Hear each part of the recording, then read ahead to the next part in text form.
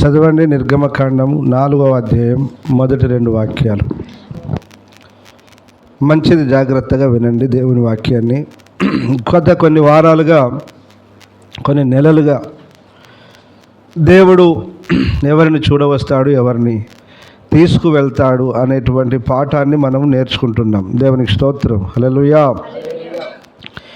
అదే క్రమంలో నేను నిర్గమకాండాన్ని వరుసగా మీకు అన్నీ కాదు, కొన్ని ప్రాముఖ్యమైన విషయాలు, కొన్ని దేవుడు నాకు ప్రేరేపించినవి కొన్ని మాటలను నేను మీకు తెలియజేస్తున్నాను. జాగ్రత్తగా వినాలని ప్రభు పేరిట కోరుకుంటున్నాను. దేవునికి స్తోత్రం, హల్లెలూయా, హల్లెలూయా. దేవుడు 3వ అధ్యాయంలో మనం చూస్తే దేవుడు పొదలోనికి దిగి వచ్చాడు. ఆ పొద కాలిపోతుంది, పొద మండుచుంది, కాలిపోవట్లేదు, ఏంటి వింత అని మోషే దాన్ని చూడనీకి వచ్చాడు. మోషే వచ్చినప్పుడు దేవుడు మోషేతో, నానా నువ్వు నిలిచి ఉన్న స్థలం పరిశుద్ధ స్థలం, నీ చెప్పులు విప్పి నువ్వు నా దగ్గరికి రా అంటే, అలాగునే ఆయన వెళ్ళినప్పుడు దేవుడు చెప్తున్నాడు, నేను ఎవరు ప్రభువా మీరంటే, నేను అబ్రహాం దేవుడని, ఇస్సాకు దేవుడని, యాకోబు దేవుడను, ఐగుప్తులో ఉన్న నా ప్రజల బాధను నేను చూశాను, వారి కష్టాలు నేను చూశాను, కాబట్టి నీవు రా, నీవు నేను కలిసి వెళ్ళి ఆ ప్రజల్ని విడిపించి తీసుకొని వద్దాం అని చెప్పి ఆయన చెప్పినప్పుడు మోషే అనేకమైన ఆటంకాలు చెప్తూ ఉన్నాడు, సాకులు చెప్తూ ఉన్నాడు. ప్రభువా నేను వెళ్ళలేనయ్యా, నువ్వు పంపవలసిన వారిని పంపండి, నన్ను ఆ ప్రజలు నమ్మరయ్యా అని చెప్తూ ఉన్నాడు. ఎన్ని చెప్పినా కూడా దేవుడు మోషేనే గట్టిగా పట్టుకొని మోషేనే పంపినట్లుగా మనం చూస్తాం. మోషేతో మాట్లాడుతూ ఉన్నాడు. మోషే నీ చేతిలో ఉన్నది ఏంటి అని అంటే, కర్రయ్యా అన్నాడు. దాన్ని కింద పడే అన్నాడు. అని ఆయన కింద పడేశాడు. ఇప్పుడు ఏమైంది? ఆ కర్ర పామైంది. దూరంగా పారిపోయాడు. దూరంగా పారిపోయిన తర్వాత మళ్ళీ నువ్వు వెళ్ళి దాన్ని తోక పట్టుకో అన్నాడు. తోక పట్టుకోగానే ఆ పాము ఏమైంది? కర్ర అయింది. ఇప్పుడు దీన్ని బట్టి నిన్ను నమ్ముతారు, నువ్వు వెళ్ళు అని దేవుడు మోషేను పంపిస్తూ ఉన్నాడు. దేవునికి స్తోత్రం, హల్లెలూయా, హల్లెలూయా. ఇంకా అనేకమైన ప్రమాణాలు కింది వాక్యాల్లో చూపెడతాడు. ఇప్పుడు మనకు అది అవసరం లేదు, కానీ తర్వాత చెప్పుకుందాం. ఈరోజు దేవుడు నాకు జ్ఞాపకం చేసింది ఏంటి అనంటే, మీకు బోధించాలనుకున్న పాఠం ఏంటంటే బిడ్డలారా, చేతి కర్రను గురించి తెలియజేయాలని దేవుడు నాకు తెలియజేశాడు. ఆమేన్, హల్లెలూయా. ఏ కర్ర? చేతి కర్ర. ఇప్పుడు మోషే చేతిలో ఈ కర్ర ఉన్నది. దేవుడు ఎప్పుడైతే ఆ కర్రను గురించి మాట్లాడినాడో, ఆ కర్ర పామైందో, ఆ తర్వాత పట్టుకోగానే ఎప్పుడైతే అది కర్ర అయిందో, దేవుని అభిషేకం ఆ కర్ర మీదకి వచ్చింది. ఆమేన్, హల్లెలూయా. ఇదే కర్రతో దైవ సేవకుడైన మోషే, అహరోను ఇద్దరు కలిసి ఐగుప్తులో 10 విధములైన అద్భుత కార్యాలు, ఆశ్చర్య కార్యాలు చేసినట్లుగా వ్రాయబడి ఉంది. ఆమేన్, హల్లెలూయా. ఈ 10 మాత్రమే కాదండి, ఐగుప్తు దాటిన తర్వాత ఎర్ర సముద్రమును పాయలు చేసింది కూడా ఈ కర్రే. ఆమేన్ చెప్పలే మీరు? అలాగనే 12వదిగా బండ నుంచి నీళ్లను ఇప్పించింది కూడా ఈ కర్రే. ఆమేన్, హల్లెలూయా. ఈ 10, ఇవి 2, 12 వీటి యొక్క ఆత్మీయ అర్థాలను చెప్తూ ఒక్కొక్క దాని గురించి ఒక్కొక్క వారము రానున్న దినాల్లోనే చెప్తాను. అర్థమవుతుందా?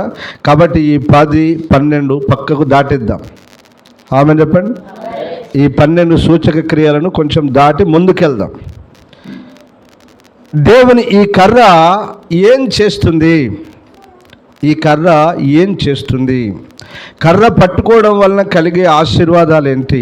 అసలు కర్ర అంటే అర్థం ఏంటి? ఆ కర్ర యొక్క ప్రాముఖ్యత ఏంటి? ఆ కర్ర ఎవరై ఉన్నారు?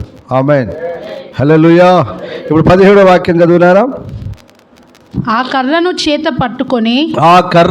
పట్టుకొని దానితో ఆ సూచక క్రియలు చేయవలెనని, ఆ సూచక క్రియలు, అద్భుతములు చేయవలెనని చెప్పాను. ఆమేన్. ఈ కర్రతో ఏం చేయమన్నాడు దేవుడు? సూచక క్రియలు అనగా అద్భుతాలు, ఆశ్చర్య కార్యాలు, సూచక క్రియలు చెయ్యి అని చెప్పి పంపిస్తూ ఉన్నాడు. ఇది మోషే చేతిలో ఉన్నప్పుడు మామూలు కర్రే. మోషే చేతిలో ఉన్నప్పుడు మామూలు కర్రే. ఇప్పుడు 20వ వాక్యం చదువు. మోషే తన భార్యను తన కుమారులను తీసుకొని గాడిద మీద ఎక్కించుకొని ఐగుప్తునకు తిరిగి వెళ్ళెను. మోషే దేవుని కర్రను తన చేత పట్టుకొని పోయెను. అందరూ ఆమేన్ చెప్పండి. హల్లెలూయా. ఇప్పుడు ఇది ఏ కర్ర అయింది చెప్పండి? ఇప్పుడు ఇది ఏ కర్ర అయింది? మోషే చేతులు ఉన్నప్పుడు ఒకప్పుడు మోషే చేతిలోని కర్ర, మామూలు కర్ర. ఇది ఇప్పుడు ఎవరి చేతిలో పడింది? దీని మీదకి ఎవరి మాట వచ్చింది? దీని మీదకి ఎవరి అభిషేకం వచ్చింది అని అంటే దేవుని అభిషేకం వచ్చింది కనుక ఇప్పుడు మోషే పట్టుకున్న కర్ర ఏ కర్ర అయిందంటే దేవుని కర్ర. హల్లెలూయా. ఇప్పుడు చెప్పండి, దేవుని కర్ర ఐగుప్తులో ఏం చేసింది బిడ్డలారా? 10 విధములైన సూచక క్రియలు, అద్భుతాలు, ఆశ్చర్య కార్యాలు చేసింది. ఆ తర్వాత ఐగుప్తు దాటిన తర్వాత ఎర్ర సముద్రమును పాయలు చేసింది. ఆ తర్వాత బండలో నుంచి నీళ్లు ఇచ్చింది. ఆమేన్. మొత్తం మీద 12 విధములైనటువంటి సూచక క్రియలు, అద్భుత కార్యాలు, ఆశ్చర్య కార్యాలు జరిగించింది. కర్రతో ఇది సాధ్యమా?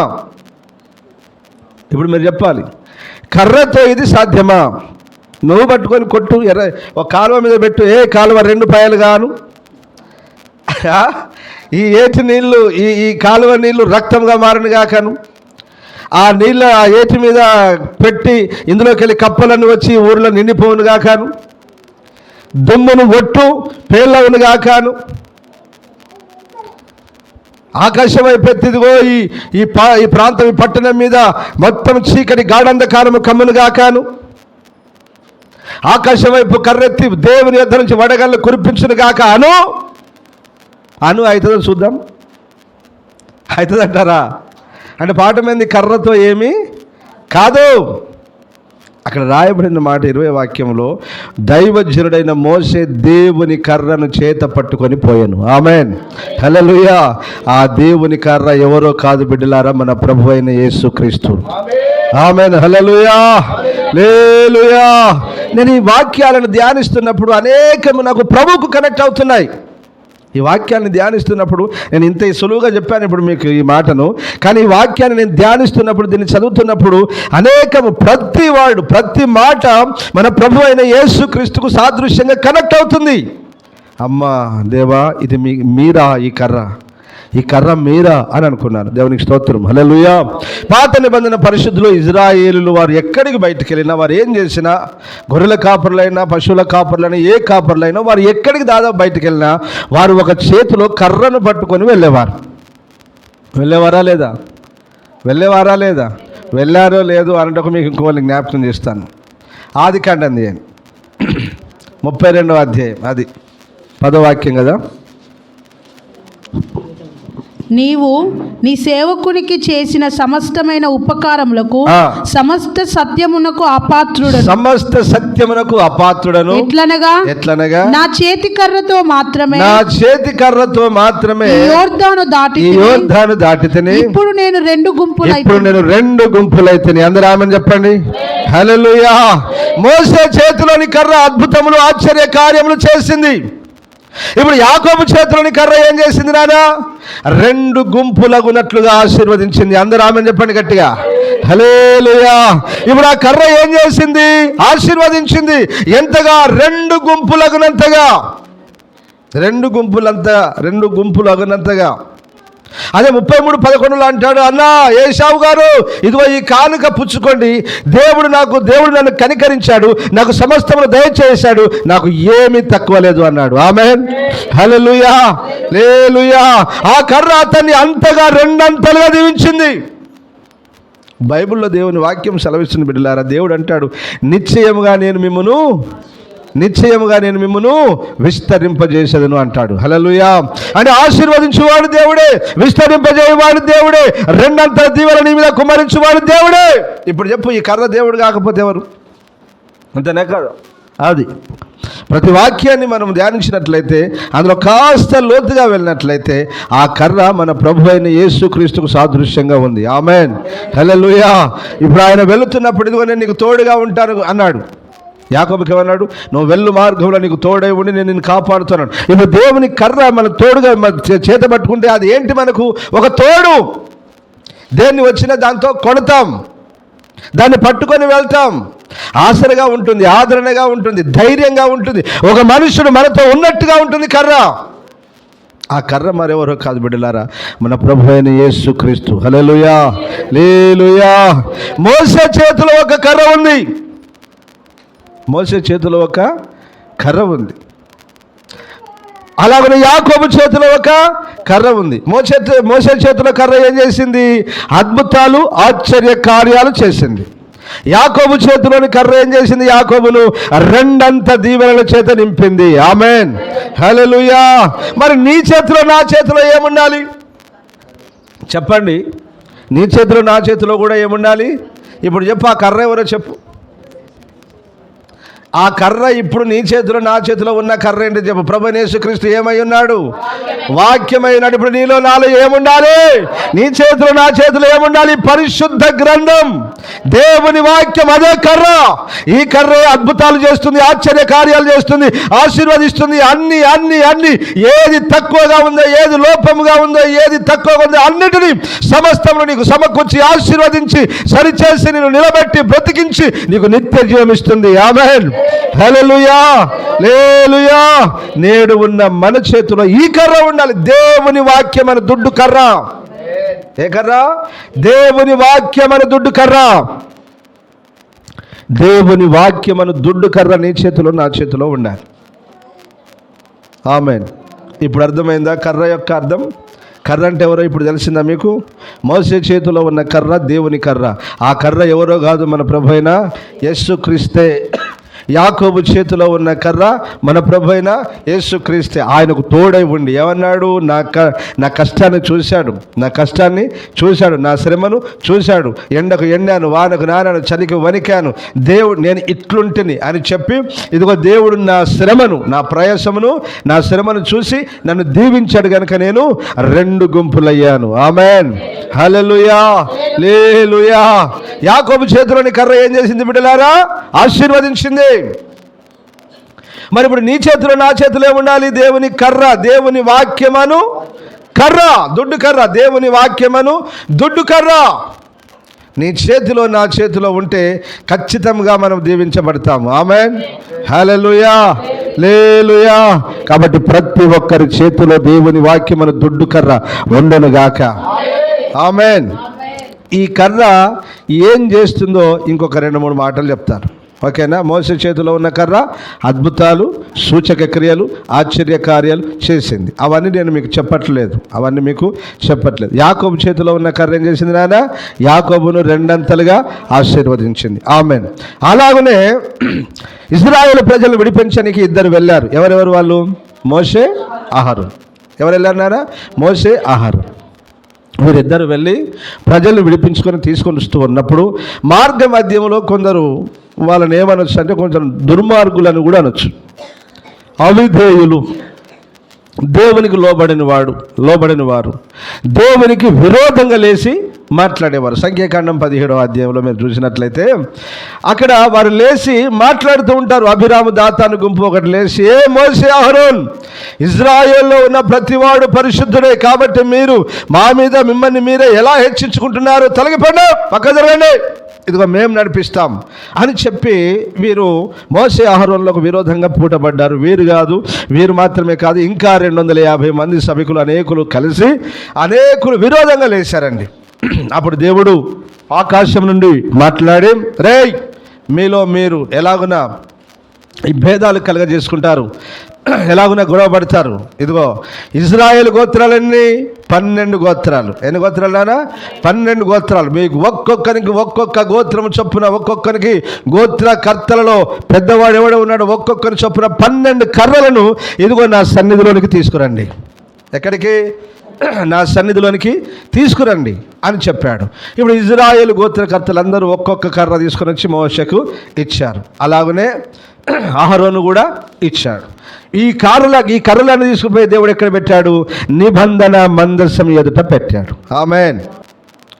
ఇప్పుడు ఈ అహరోను కర్ర ఏం చేసింది? ఏం చేసింది? అహరోను యొక్క వంశాన్ని, అర్థమవుతుందా? అహరోను యొక్క వంశాన్ని, లేవి వంశాన్ని ప్రధాన యాజకత్వముగా దేవునికి సేవ చేయుటకై నిలబెట్టింది. ఆమెన్, హల్లెలూయా. అది దేవుని సన్నిధిలోనికి వెళ్ళింది కనుక ఇప్పుడు ఏమైంది? అదేమైంది? చిగురించి పువ్వులు పూసి బాదము పండ్లు గలదానిగా ఆ కర్ర ఫలించింది. ఆమెన్. ఇప్పుడు నిబంధన మందసంలో ఇదే ఉంటుంది. అర్థమవుతుందా? నిబంధన మందసంలో ఏముంటుంది? బంగారు మన్నా గల పాత్ర, ఆజ్ఞలు గల పలకలు, చిగురించిన అహరోను కర్ర. ఆమెన్, హల్లెలూయా. అహరోను చేతిలోని కర్ర ఏం చేసిందంటే బిడ్డలారా, అది చిగురించి పువ్వులు పూసి ఫలించింది. ఏం చేసింది? అది ఫలించింది. ఇప్పుడు ప్రభువైన యేసుక్రీస్తు అంటాడు, యోహాను సువార్త 15వ అధ్యాయం 4-5 వాక్యాలు, నా యందు నిలిచి ఉండుడి, నా యందు నిలిచి ఉండుడి, మీ యందు నేనును నిలిచి ఉందును, మీ యందు నేనును నిలిచి ఉందును. తీగె ద్రాక్షవల్లిలో నిలిచి ఉంటేనే గాని, తీగె ద్రాక్షవల్లిలో నిలిచి ఉంటేనే గాని తనంతట తానే ఎలాగు ఫలించదో అలాగే నా యందు నిలిచి ఉంటేనే కాని మీరును ఫలింపరు. ద్రాక్షవల్లిని నేను, ద్రాక్షవల్లిని నేను, తీగలు మీరు. తీగలు మీరు. ఎవడు నా యందు నిలిచి ఉండునో, ఎవడు నా యందు నిలిచి ఉండునో, నేను ఎవని యందు నిలిచి నేను ఉండునో, ఎవని యందు నిలిచి ఉండునో వాడు బహుగా ఫలించు. హల్లెలూయా. యేసు ప్రభు ఎవరండి? ఫలించడి కొమ్మ, ఫలించడి తీగ, ఫలించడి చెట్టు. ఇప్పుడు మరి మనం ఎక్కడ నిలబడి ఉండాలి? మనం ఎక్కడ నిలబడి ఉండాలి? ప్రభు అయిన యేసయ్యలో నిలబడి ఉండాలి. ఇప్పుడు మనము కూడా ఆయనలో నిలబడితే మనం ఏమవుతాము? మనం కూడా ఫలిస్తాం. అంటే మోషే కర్ర అద్భుతాలు చేసింది, ఆ యాకోబు చేతిలోని కర్ర ఆశీర్వదించింది, అహరోను చేతిలోని కర్ర ఫలించింది. ఆ కర్రకు మనము కూడా అంటు గట్టబడి జీవించినట్లయితే మనము కూడా ఫలిస్తాము. ఆమేన్, హల్లెలూయా, హల్లెలూయా. అహరోను కర్ర ఎలాగైతే చిగురించి ఫలించి ఫలాలు ఫలించిందో అలాగున మనము కూడా చిగురించి పుష్పించి ఫలాలు ఫలించుదుముగా. ఆమేన్, హల్లెలూయా, హల్లెలూయా. అంటే ఆ కర్రకు మనం అంటుకట్టబడాలి, ఆ చెట్టుకు మనం అంటుకట్టబడాలి, ఆ తీగకు మనం అంటుకట్టబడాలి. అలాగున్నట్లయితే నిశ్చయంగా మనము కూడా ఫలిస్తాం. మనం ఏ ఫలాలు ఫలించాలి నానా? మనం ఏ ఫలాలు ఫలించాలి? భూ సంబంధమైన ఫలాలు, గర్భ సంబంధమైన ఫలాలు, ఆత్మ సంబంధమైన ఫలాలు. ప్రభు మొదటగా చెప్పిందే అది కదా, మీరు ఫలించి అభివృద్ధి పొంది విస్తరించి అన్నాడు. హల్లెలూయా, హల్లెలూయా. మనమందరము దేవుని సన్నిధిలో నిలబడి దేవునికి అంటుకట్టబడి ఆయన చేతిలోని ఒక కర్ర వలె మనము కూడా ఫలించి అభివృద్ధి పొందుదుము గాక. ఆమేన్, హల్లెలూయా. మన మంచి ఫలాలు ఫలించాలని ప్రభు కోరుకుంటున్నాడు. కర్ర ప్రభు అయిన యేసుక్రీస్తుకు సాదృశ్యం. ఇప్పుడు యేసయ్య బిడ్డలమైన మనము ఆయనతో అంటుకట్టబడి మనము కూడా ఒక కర్రల్లాగానే మార్చబడాలి. ఆమేన్, హల్లెలూయా. ఎలాగైతే యాకోబు చేతిలోని కర్ర ఆశీర్వదింపబడిందో మనం కూడా అలాగనే ఆశీర్వదింపబడింది. ఎలాగైతే మోషే చేతిలోని కర్ర అద్భుతాలు ఆశ్చర్య కార్యాలు జరిగించిందో అలాగనే యేసు ప్రభు ఏమన్నాడు? తన 12 మంది శిష్యులను చూసి, నాకంటే ఎక్కువగా మీరు అద్భుతాలు చేస్తారు, ఆశ్చర్య కార్యాలు జరిగిస్తాడు అన్నాడు. అలాగనే మనము కూడా ఆయనలో అంటుకట్టబడి అద్భుతాలు ఆశ్చర్య కార్యాలు జరిగించుదుము గాక. ఆమేన్, హల్లెలూయా. అలాగనే అహరోను కర్ర వలె మనమందరము కూడా దేవుని సన్నిధిలో ఉండి మనము ఫలించుదుము గాక. ఆమేన్, హల్లెలూయా, హల్లెలూయా. కర్ర ఏం చేస్తుంది? కర్ర ఏం చేస్తుంది? కర్ర ఆశీర్వదిస్తుంది, అద్భుతాలు చేస్తుంది, ఫలిస్తుంది. ఈ కర్ర మన ప్రభు అయిన యేసుక్రీస్తు. ఇదే కర్రగా మనమందరము మార్చబడుదుముగాక. ఆమేన్, హల్లెలూయా. మనం ఎవరము? మనము యేసయ్య బిడ్డలం, యేసయ్య బిడ్డలం. యేసయ్య చేసినట్లుగా మనం కూడా చేయాలి. యేసయ్య ద్వారా ఎన్ని కార్యాలు జరిగాయో మన ద్వారా కూడా అన్ని కార్యాలు జరగాలి. మనము ఆశీర్వదింపబడాలి, మనము ఫలించాలి, మన ద్వారా అద్భుతాలు దేవుడు జరిగించాలి. ఇవన్నీ చేయాలి. అలాగున్న దేవుడు మనల్ని చేయునుగాక. ఆమెన్ చెప్పండి గట్టిగా, ఆమెన్. ఇంకొక 2 మాటలు చెప్పి నేను ముగిస్తాను. చదవండి, న్యాయాధిపతుల గ్రంథం చదవండి. 3వ అధ్యాయం 30వ వాక్యం. అతని తరువాత ఆనాతు కుమారుడైన షెమ్గారు న్యాయాధిపతిగా ఉండెను. షెమ్గారు న్యాయాధిపతిగా ఉండెను. అతడు ఫిలిష్తీయులలో 600 మందిని మునుకోల కర్రతో హతము చేసెను. అతడు ఇజ్రాయేలీయులను రక్షించెను. ఆమేన్. అందరూ ఆమేన్ చెప్పండి. మళ్ళీ చదువునా నా మాటలు. అతని తరువాత ఆనాతు కుమారుడైన షెమ్గారు అనేటువంటి ఒక వ్యక్తి ఉన్నాడండి. ఆయన ఇజ్రాయేలు ప్రజలకు న్యాయాధిపతి. అతడు ఫిలిష్తీయులలో 600 మందిని ఎంతమందిని 600 మందిని అవలీలగా అంటే ఏ కర్రతో కొట్టాడు? మునుకోలు కర్ర అంటే తెలుసా మీకు అర్థం? చెప్పినాం కదా ఇంతకుముందు. మునుకోలు కర్ర అంటే మొన ఉండేది, అనగా ముందట మొన ఉంటుంది. ఏది? ముళ్ళు కర్ర. నాగలి దున్నేవారికి ఏముంటుంది? ముళ్ళు కర్ర ఉంటుంది. అందుకనే అపోస్తలుడైన పౌలును యేసుప్రభు అంటాడు, ఇదిగో సౌలా, నా సంఘాన్ని నువ్వు ఎలా హింసిస్తున్నావురా? మునికోల కర్రకు ఎదురు తన్నుట నీకెంతో భయంకరం, ఎంతో బాధ. అంటే ఆ ముళ్ళు గట్టెని ఎదురు తన్నితే ఏమవుతుంది నాన్న? ఎదురుగా తన్ని చూడండి, మీ కాలుతోటి తన్ని చూడండి, గుచ్చుతుంది, రక్తం అంతా అట్లా పొంగిపోతుంది. అదే అంటాడు ప్రభు, అదే అంటాడు. అయితే ఇక్కడ ఈయన ఒక మంచి ముళ్ళుగట్ట చూసుకున్నాడు, మంచి కర్ర, చేతుల మంచి వాటం కలిగిన కర్ర తీసుకున్నాడు. ఆ కర్రతో కొడుతున్నాడు, పొడుస్తున్నాడు, చంపుతున్నాడు. ఎంతమందిని? 600 మందిని. అంటే షెమ్గారు చేతిలో ఉన్న కర్ర ఏం చేసింది నాన్న? శత్రువులు ఉన్నటువంటి 600 మందిని చంపేసింది. 600 మందిని చంపేసింది. అంటే అర్థమైంది, పాఠమైంది. మనము ప్రభు అయిన యేసుక్రీస్తు ఆ కర్ర అయితే, ఆ కర్ర ఏం చేసింది? శత్రువులను హతం చేసింది. ఇప్పుడు అదే కర్ర మనమైతే మనం ఏం చేయాలన్న? మరి శత్రువులను హతము చేయాలి. ఆమేన్, హల్లెలూయా. దావీదు చేతిలోని కర్ర ఏం చేసింది? ఎలుగుబంటి నా మీదకి రాగా దాన్ని కొట్టి చంపాడు. సింహం నా మీదకి రాగా దాన్ని గడ్డం పట్టుకొని కొట్టి, దావీదు చేతిలోని కర్ర ఏం చేసింది? శత్రువులను చంపేసింది. శత్రువులను ఏం చేసింది? సింహం అనగా అపవాది అయిన సాతాను. ఇప్పుడు మన ప్రధాన శత్రువు ఎవరు? మనుషుల. మన ప్రధాన శత్రువు అస్సలు ఎవరు కాదండి, ప్రపంచంలో ఉన్న మానవుడు ఎవడు కాదు. కాకపోతే కోపం వచ్చి ఈ మాట అటు ఇటు అనుకుంటాం, బస్ గంతే ముచ్చట, అదే అయిపోవాలి. మనకు ప్రధాన శత్రువు మానవుడు ఎవడు కాదు. మానవులు ఎవరు? మన ప్రధాన శత్రువు కాదు బిడ్డలారా. మన ప్రధాన శత్రువు అపవాది అయిన సాతాను, వారి సైన్య సమూహం. ఆమేన్, హల్లెలూయా, హల్లెలూయా. ఇప్పుడు మనం ఎలాగూ కావాలంటే షెమ్గారు చేతులను ఒక మునికోల కర్రగా మార్చబడి, ఇదిగో ఆకాశ మండలమందు దురాత్మల సమూహమును మనము చంపి తన్ని తరిమే వారముగా మనము మార్చబడుదుము గాక. హల్లెలూయా. మనలో ఒక్కొక్కరము దేవుని చేతి మునికోల కర్రగా మనం అందరము మార్చబడుదుము గాక. హల్లెలూయా, హల్లెలూయా. ఈ షెమ్గారు మన దేవునికి సాదృశ్యంగాను, ఆయన చేతిలో ఉన్న మునికోల కర్ర మన ప్రభు అయిన యేసుక్రీస్తుకు మనకు సాదృశ్యంగాను ఉన్నది. హల్లెలూయా. ఎందరు శత్రువులు వచ్చినా తన్ని తరిమే వారముగా ఉండాలి. విశ్వాసంతో దేవుని వాక్యమును ఆత్మ ఖడ్గము చేత మనం దాన్ని పట్టుకొని శత్రువులను తరమగలిగిన వారముగా ఉండాలి. శత్రువును చంపేసిందండి. శత్రువులను ఏం చేసిందనా?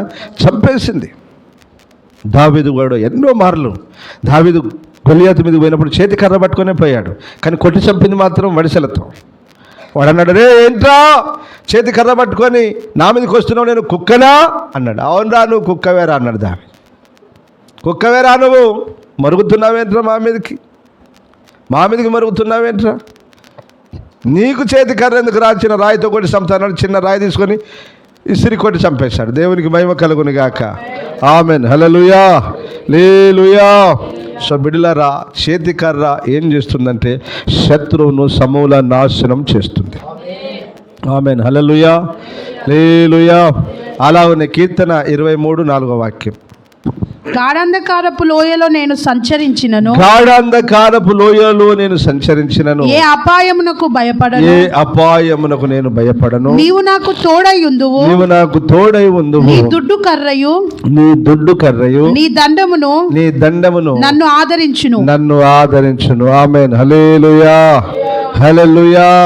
దావీదు చేతిలోని దుడ్డు కర్ర ఏం చేసిందట? దావీదును ఆదరించింది. ఇప్పుడు మీరు చెప్పండి, మన ప్రభు అయిన యేసుక్రీస్తు మనల్ని ఆదరిస్తాడా లేదా?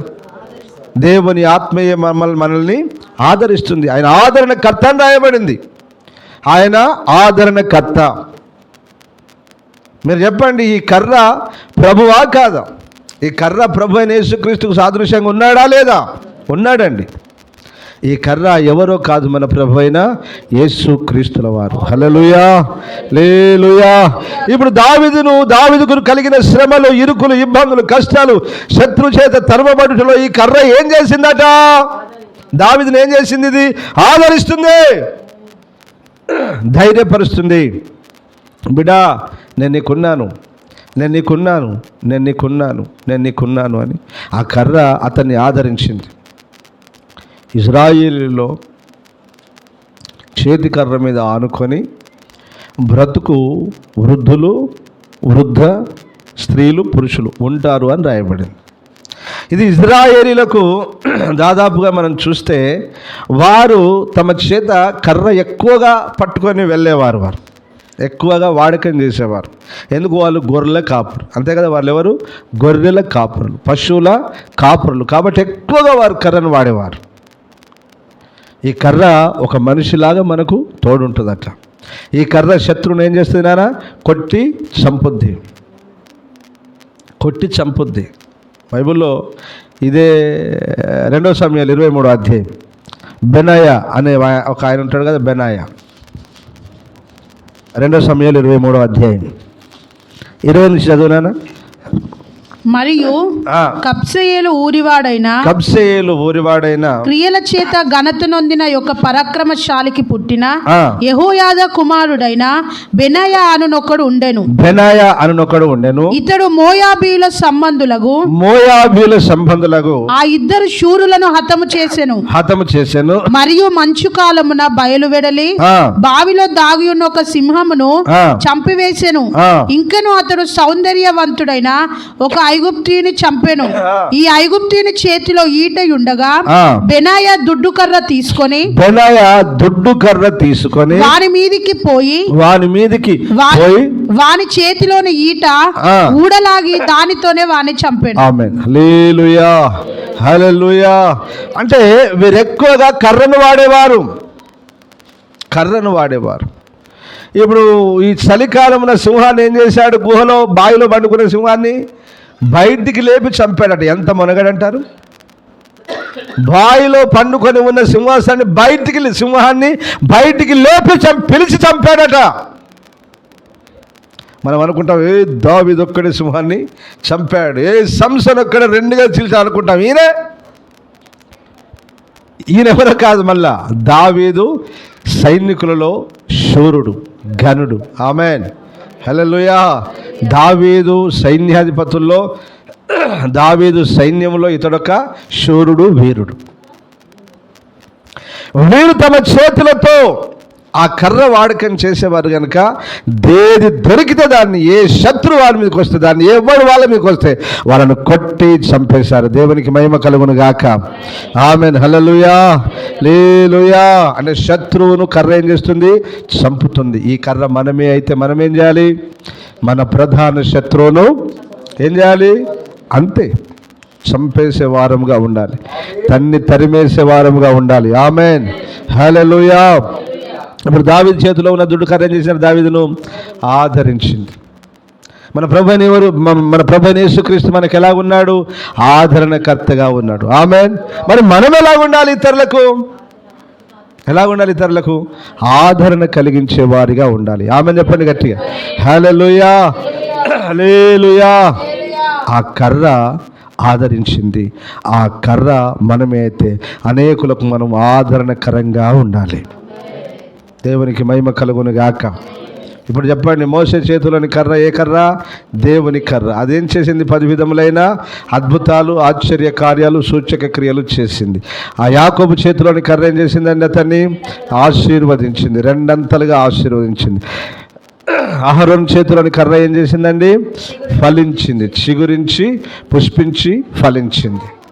ఇప్పుడు షమ్గారు చేతిలోని కర్ర ఏం చేసిందండి? శత్రువులను, ఫిలిస్తీయులను కొట్టి చంపింది. బెనాయా చేతిలోని కర్ర ఏం చేసింది? సింహాన్ని, శత్రువులను, ఐగుప్తుని కొట్టి చంపింది. దేవునికి మహిమ కలుగును గాక.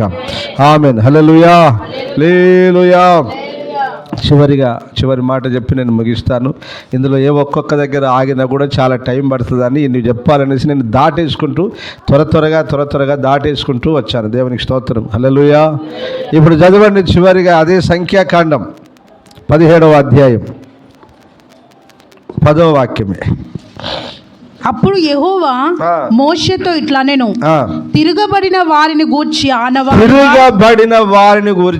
ఆనవాలుగా కాపాడబడినట్లు అహరోను కర్రను మరలా శాసనముల ఎదుట ఉంచుము. వారు చావకుండునట్లు నాకు వినబడకుండా వారి సనుగులను కేవలము అణిచి మాన్పివేసిన వాడవౌదు.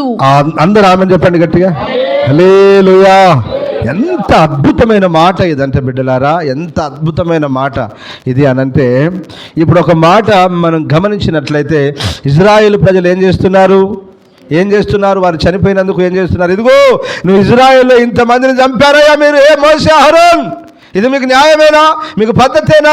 అసలు దేవుడైతే దేవుడు కావచ్చు, మీరు సేవకులైతే సేవకులు కావచ్చు, కానీ ఇదిగో ఈ ప్రజలందరూ మీకు దేవుని ఉగ్రత వచ్చినట్లుగా మీరు చేశారేంటి? వారు చనిపోయారు 250 మంది, వారొక గుంపు, వారికి అనేక మంది చనిపోయేది న్యాయమేనా అని సరుగుతూ ఉన్నారు. మళ్ళీ దేవునికి ఏమొచ్చింది? వస్తుందా రాదా? మోషే అహరోనుల మీకు తిరుగుబాటు చేస్తే ముందేం చేశాడు? అనేక మందిని చంపేశాడు కదా. మీరు ఆ వాక్యాలన్నీ చదువుకోండి. చంపేశాడు. అంత చంపేసినా కూడా వీరికి భయం లేకుండా మళ్ళీ మాట్లాడుతున్నారండి వీరు మళ్ళీ మాట్లాడుతుంటే దేవుడే జాలిపడి మోషే, వారు సరుగుతూనే ఉన్నారా? ఇంకా వారు సరుగుతూనే ఉన్నారు. నాకు కానీ కోపం వచ్చిందా మొత్తం అందరినీ చంపేస్తా కొడుక. నేను నీకు చెప్పాను కదా, నువ్వే వినట్లేదు. మొత్తం అందరినీ చంపేస్తారా? నీలో నుంచి కొత్త జనంగానే తీసుకొస్తా, నా మాట విన్నానంటే నువ్వే వినట్లేదు. నువ్వే ఊరికే ప్రాధేయపడుతున్నావు, బ్రతిలాడుతున్నావు. సరే, నీ మాటను బట్టి నేను వాళ్ళని చంపను. ఇప్పుడు ఏం చేస్తావంటే అహరోను చిగురించిన కర్ర ఉందే, అది తీసుకొచ్చి మళ్ళా నా సన్నిధిలో పెట్టు. ఆమేన్.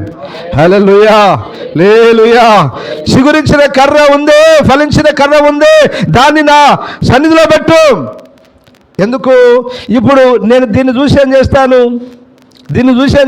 వాళ్ళ మాటలు విన. ఎంత మంచి మాటలు కదండి. దీన్ని చూసి వాళ్ళ సనుగులు వినా, వాళ్ళ లొల్లి పట్టించుకోను. నేను కానీ నిన్ను పక్కకు పెడితే అంతేరా, జస్ట్ పక్కకు పెడితే మొత్తం చంపేసి తొక్కలు లేకుండా. ఇప్పుడు నువ్వు బ్రతిలాడుతున్నావు కనుక ఇప్పుడు అహరోను కర్ర ఉన్నదే, నిత్య యాజకత్వం చేసే కర్ర ఉన్నదే, నిత్య యాజకునిగా నేను ఎన్నుకున్నానే, నా సన్నిధిని వాడు నిలబడాలి కదా, వాడు అడ్డుపడాలి కదా.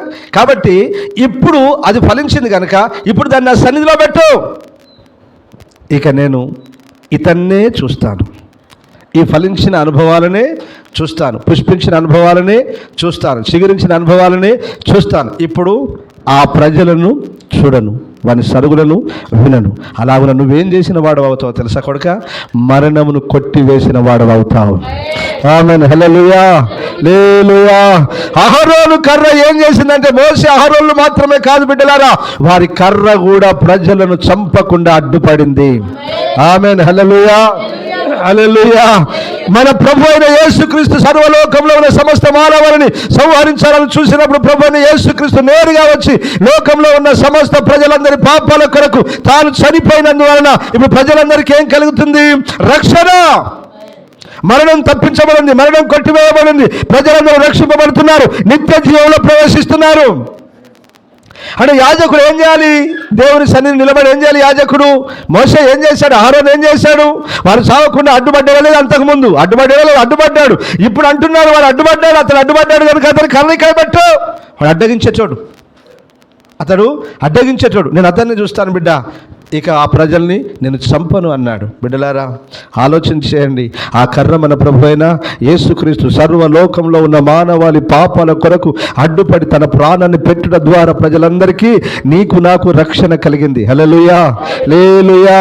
అదే కర్ర నీవైతే, అదే కర్ర నేనైతే ఏం చేయాలి? నువ్వు నేను ఎక్కడ నిలబడాలి? ఎక్కడ ఉండి అడ్డుపడాలి? ఎక్కడ నిలబడాలి చెప్పండి? ఎక్కడ పెట్టమన్నాడు? ఆ కర్రను ఎక్కడ పెట్టమన్నాడు? దేవుని మందిరంలో, దేవుని సన్నిధిలో పెట్టమన్నాడు. దేవుని మందిరంలో, దేవుని సన్నిధిలో నిలబడి నువ్వేం చేయాలి?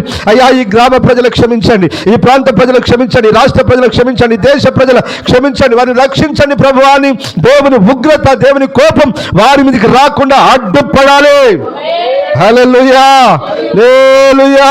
అంటే దేవుని కోపం వారి మీదకి రాకూడదు అంటే నువ్వు ఎక్కడ ఉండాలి? ఫస్ట్ ఏది మరి? క్రైస్తవులారా, ఏది? వాక్యం అర్థమైందా? మళ్ళీ చదువుకో కావాలంటే. సంఖ్యాకాండం 17వ అధ్యాయం 10వ వాక్యం మళ్ళీ చదువు, మళ్ళీ చదువు. చదువునాను, మళ్ళీ ఒకసారి చదువు. అప్పుడు యెహోవా మోషేతో ఇట్లనెను, తిరగబడిన వారిని గూర్చి. ఎవరి గురించి? తిరుగుబాటు చేసిన వారి గురించి. ఆనవాలు దేవుని మీదకి, దేవుని వాక్యం మీదకి, దేవుని ప్రజల మీదకి తిరుగుబాటు చేస్తున్న వారిని గురించి ఆనవాలుగా కాపాడబడినట్లు. చూసారా? ఎవరు కాపాడబడినట్లు? ఎవరు కాపాడబడినట్లు? తిరుగుబాటు చేసిన వారు నానా. దేవుని మీదకి, దేవుని సేవకుల మీదకి, దేవుని సంఘం మీదకి, దేవుని ప్రజల మీదకి, దేవుని వాక్యం మీదకి ఎవడైతే తిరుగుబాటు చేస్తాడో ఆ తిరగబడిన వారిని గురించి, తిరుగుబాటు చేసిన వారిని గురించి ఆనవాలుగా, సూచకముగా ఉండునట్లు, ఒక సూచనగా ఉండునట్లు. చదువు. కాపాడబడినట్లు, వారు కాపాడబడినట్లు అహరోను కర్రను మరలా శాసనముల ఎదుట ఫలించావు, అభివృద్ధి చెందావు, ఆశీర్వాదకరంగా ఉన్నావు. దేవుని మందిరాన్ని విడిచి తిరుగుమన్నాడా? అమ్మ, తిరుగుమన్నాడా? పనిలేదు, దేవునితో పనిలేదు. చాలామంది క్రైస్తవులకి ఇంత ఆశీర్వాదం వస్తే చాలు. అరే, ఈ మధ్య కాలంలో ఘోరం ఏంటంటే స్వస్థత పొందితే చాలు దేవుని సన్నిధిని వదిలేసి ఎడంకాలు పెట్టి వెళ్ళిపోతున్నారండి దుర్మార్గులు చాలామంది ప్రజలు. స్వస్థపరచబడిన తర్వాత, విడుదల పొందిన తర్వాత, ఆరోగ్యం వచ్చిన తర్వాత, ఆశీర్వించబడిన తర్వాత దేవునికి అట్లా నెట్టేసి పో ప్రభువా నీ గూడొద్దు నువ్వు వద్దని అలాగ ఒక తోపు దోసేసి వెళ్ళిపోతున్నారు. ఎంత దుర్మార్గులు వేరు! అలాంటి ప్రజలు ఈ లోకంలో ఉన్నారు. ఆ తిరగబడిన వారిని గురించి సూచనగా ఉండునట్లు, వారు కాపాడబడినట్లుగా అహరోను కర్రను మరలా శాసనముల ఎదుట ఉంచుము. వారు చావకుండునట్లు నాకు వినబడకుండా వారి సనుగులను కేవలము అణిచి మాన్పివేసిన వాడవౌదు. అందరూ ఆమేన్ చెప్పండి. హల్లెలూయా. స్పష్టంగా అర్థమైందా? ఫలించిన కర్ర ఎక్కడ ఉండాలి? మళ్ళీ వెళ్ళిపోవాలి. ఇక వాస్తవానికి ఫలించిన వాళ్ళు, అభివృద్ధి చెందిన వాళ్ళు ఏమవుతున్నారమ్మా? దేవుని సన్నిధిని వదిలేసి వెళ్ళిపోతున్నారు. చాలా దేవుడు ఆశీర్వదించాడు, ఫలించాం, అభివృద్ధి చెందాం, విస్తరించాం, చాలు. ఇక వానికి దేవుని సన్నిధిలో పనిలేదు, మందిరంలో పనిలేదు. ఇవి మరి ఈ గుంపంతా ఎక్కడ పోవాలి? ఈ తిరుగుబాటు చేసే జనమంతా ఎక్కడికి పోవాలి? రాని ఆ దేవుని ఉగ్రత నాశనం కానీ ఆ ప్రజలందరూ కానీ నువ్వేం చేయాలి? దేవుని సన్నిధిని నిలబడి, ఆమేన్, ఆత్మఫలాలు ఫలించిన నువ్వేం చేయాలి బిడ్డ? దేవుని సన్నిధిని నిలబడి దేవుని యొక్క ఉగ్రత, కోపము, ఆ తిరుగుబాటు చేస్తున్నా, అవిధేయులుగా బ్రతుకుతున్నా, రక్షణ లేకుండా బ్రతుకుతున్నా ఆ ప్రజల మీదకి దేవుని ఉగ్రత, కోపము రాకుండా దేవుని సన్నిధిని నిలబడి అడ్డుపడాలి. ఆయన సన్నిధిని మోసే అహరోన్లు అడ్డుపడిరి. మరణం రాకుండానట్లు, మన నాశనం కాకుండానట్లు. ఇప్పుడు చెప్పండి, నీవే దేవుని చేతిలో కర్రవైతే, ఫలించిన కర్రవైతే, చిగురించిన కర్రవైతే, పుష్పించిన కర్రవైతే, ఫలించిన కర్రవైతే ఎక్కడ ఉండాలి నాన్న మీరందరూ? ఎక్కడ ఉండాలి మీరందరూ? దేవుని సన్నిధిలో ఉండి ఇతరుల మరణము కొట్టివేయాలి. హల్లెలూయా. నీ మరణం కొట్టివేయబడింది, ఆల్రెడీ నువ్వు వచ్చేసావు. పుష్పించింది, చిగురించింది, పుష్పించింది, ఫలించింది. మరణం కొట్టివేయబడింది. కానీ ఇతరుల మరణం కూడా కొట్టివేయబడినట్లు దేవుని సన్నిధిలోనే నిలబడదుముగాక. హల్లెలూయా. ఇప్పుడు దేవుడు ఏం చూస్తున్నాడు అక్కడ? దేవుని సన్నిధిలోకి వచ్చినాక ఏం చూస్తున్నాడు? ఫలించిన ఆ ఫలాలను, నీ ఫలాలను చూస్తున్నాడు, నిన్ను చూస్తున్నాడు. నీ ఫలాలను చూసి ప్రజలను ఏం చేస్తున్నాడు? కాపాడుతున్నాడు. నా జనులు, నా పేరు పెట్టబడిన నా జనులు తమ్మును తాము తగ్గించుకొని నన్ను వెదకి చెడు మార్గంలో విడిచి ప్రార్థన చేస్తే ఏమన్నాడు నారా? వారి దేశంలో అన్నాడు. వాళ్ళని చూసా? దేశంలో ఉన్న ఆ అక్రమంలో పాపంలో బొర్లుతున్న ఆ ప్రజలను చూసా? కాదు, నిన్ను బట్టి, నిన్ను చూసి, నిన్ను బట్టి దేశంలో ఉన్న ప్రజలందరినీ రక్షిస్తున్నాడు. ఆమేన్, హల్లెలూయా. ఇప్పుడు తండ్రి అనే దేవుడు ఎవరిని చూసి మనందరికి రక్షణ ఇచ్చాడమ్మా? ప్రభు అయిన యేసు క్రీస్తును చూసి మనకు రక్షణ ఇచ్చాడు. ఆయనను బట్టి రక్షణ ఇచ్చాడు మనకు. అలాగనే నిన్ను బట్టి నీ గ్రామానికి రక్షణ రావాలి, నిన్ను బట్టి నీ ప్రాంతానికి, నిన్ను బట్టి నీ రాష్ట్రానికి, నిన్ను బట్టి నీ దేశానికి రక్షణ రావాలి. వారి మరణమును కొట్టివేసిన వాడవుగా నువ్వు మార్చబడాలి. ఆమేన్, హల్లెలూయా, హల్లెలూయా, హల్లెలూయా. ఇప్పుడు ఏం చేస్తున్నావు? ఈ కర్ర ఏం చేసిందట? అహరోను కర్ర ఏం చేసింది నాన్న? మరణాన్ని కొట్టేసింది. ఇప్పుడు ఆ కర్ర ఎక్కడున్నది? ఇప్పుడు నిబంధన మందసములో ఏమున్నాయట? 3 వస్తువులు: మన్నా గల బంగారు పాత్ర, నిబంధన ఆజ్ఞలు గల పలుకలు, చిగురించిన అహరోను చేతి కర్ర. హల్లెలూయా. ఎక్కడున్నాయి ఇవి 3? ఎక్కడున్నాయి 3? మందసం. అనగా నువ్వెక్కడుండాలి మరి? నువ్వు చిగురించిన కర్రవైతే, నువ్వు దేవుని చేతిలోని కర్రవైతే, నువ్వు ఆశీర్వదింపబడిన కర్రవైతే, నువ్వు ఫలించిన కర్రవైతే నువ్వెక్కడ ఉండాలి? ఇప్పుడు దేవుని సన్నిధిలో ఉండాలి. ప్రజలందరి మీద నుంచి మరణము కొట్టివేయనట్లుగా నిత్యము దేవునికి ప్రార్థన చేయాలి. హల్లెలూయా, హల్లెలూయా. అలాగున అహరోను చిగురించి పుష్పించి ఫలించిన కర్ర వలె మనమందరం దేవుని సన్నిధిలో ఉండి ప్రజల మీద ఉన్న మరణమును కొట్టివేయుటకు కారకులముగా మార్చబడదుముగాక. దేవుడి మాటలు దీవించునుగాక.